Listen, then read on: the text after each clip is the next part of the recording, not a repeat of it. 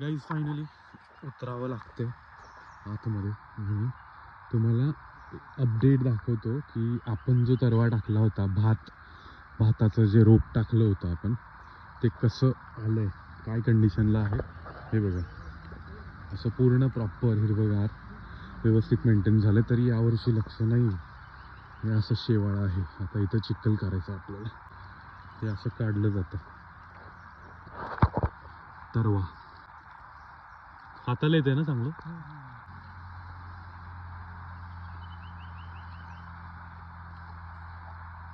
असं बांधलं जातं, असं बांधून घ्यायचं आणि मग असं ठेवायचं इथं.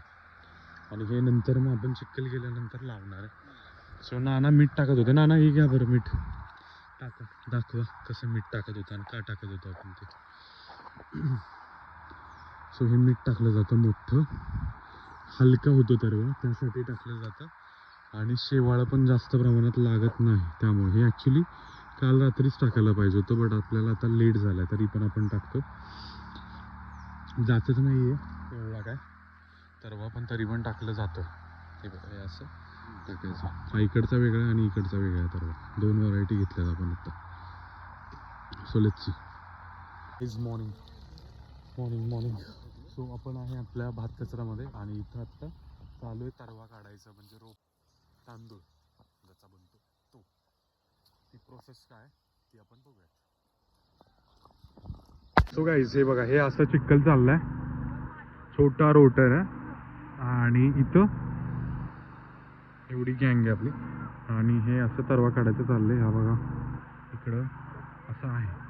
तर हा पीस आपण सगळा खाली लावतो आणि इकडचा बाकीचा पूर्ण जो होता तो इथं टाकलेला आहे ह्या रानामध्ये. Let's C.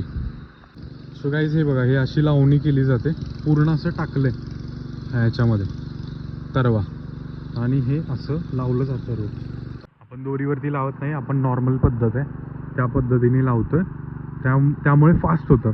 बाकी मला एक्झॅक्टली माहिती नाही का लावतात, कशामुळे लावतात. एकदम स्ट्रेट दिसावं, सरी अशी दिसावी, प्रॉपर इक्वल लेवलला दिसावं त्यासाठी लावतात की कशासाठी. तुमच्या एरियामध्ये कशा पद्धतीने लावलं जातं, खास करून कोकणमाले जास्त. सो हा असा चिखल केला जातो, या रोटरनी करतोय आपण.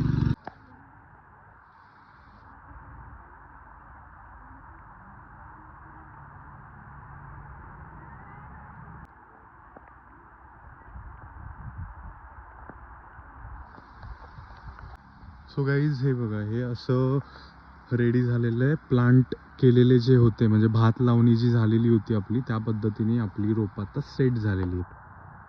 तुमच्या इकडे पण रोपं लावणी झालेली आहे का, म्हणजेच भात लावणी झालेली आहे का, कमेंटमध्ये नक्की सांगा गाईज.